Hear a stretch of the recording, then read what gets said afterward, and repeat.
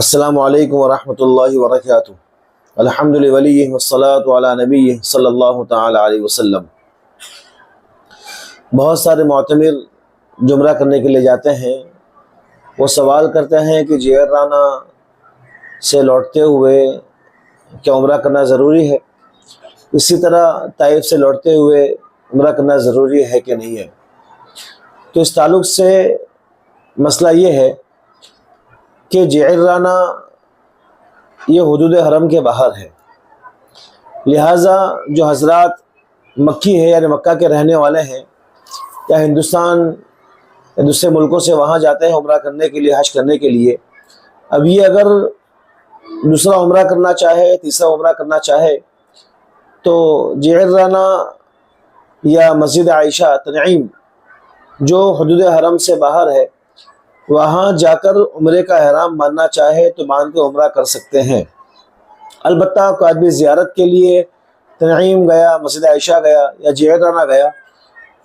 تو اگر وہ چاہے کہ مجھے عمرہ نہیں کرنا ہے تو اس کی گنجائش ہے کہ وہاں زیارت کر لے اور وہاں سے یوں ہی لوٹ آئے، یا کسی کام سے گیا ہے اور بغیر احرام کے لوٹنا چاہے تو اس کی بھی اجازت ہے۔ یعنی جعرانہ سے لوٹتے ہوئے احرام باندھنا عمرے کا ضروری نہیں ہے، اور یہی حال مسجد عائشہ کا ہے کہ وہاں جگہ احرام باندھنا چاہے تو باندھ سکتا ہے اور نہ باندھنا چاہے تو کوئی اس پر حرج نہیں ہے۔ البتہ جو حضرات عمرہ کرنے کے لیے وہاں پہنچتے ہیں یا حج کے لیے جاتے ہیں تو طائف جاتے ہیں زیارت کے لیے، تو وہاں سے لوٹتے ہوئے درمیان میں قرن المنازل میقات پڑتی ہے۔ چونکہ طائف میقات سے باہر کا حصہ ہے تو وہاں سے لوٹتے ہوئے قرن المنازل یہ میقات پڑتی ہے، لہٰذا وہاں سے احرام کا باندھنا لازم ہے، چاہے عمرے کا باندھے چاہے حج کا باندھے۔ اگر بغیر احرام کے وہاں سے گزریں گے تو اس صورت میں دم لازم ہو جائے گا،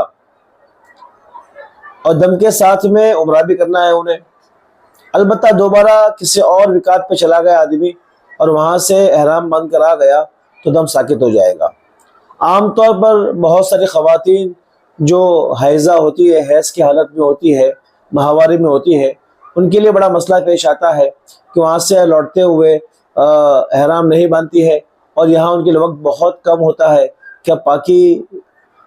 کے بعد ہی جو وہاں عمرہ کرنا چاہے تو عمرہ کر سکتی ہے، اس کے بغیر نہیں، اور اس سے پہلے تو انہیں مدینہ جانا ہوتا ہے یا دوبارہ اپنے ملک لوٹنا ہوتا ہے، تو ان کے لیے بڑا مسئلہ پیش آتا ہے۔ لہٰذا جو احباب میقات جانا چاہتے ہیں تو پہلے خوب دیکھ بھال لیں کہ اسی طرح کی کوئی پریشانی ان کو نہ آئے۔ السلام علیکم ورحمۃ اللہ وبرکاتہ۔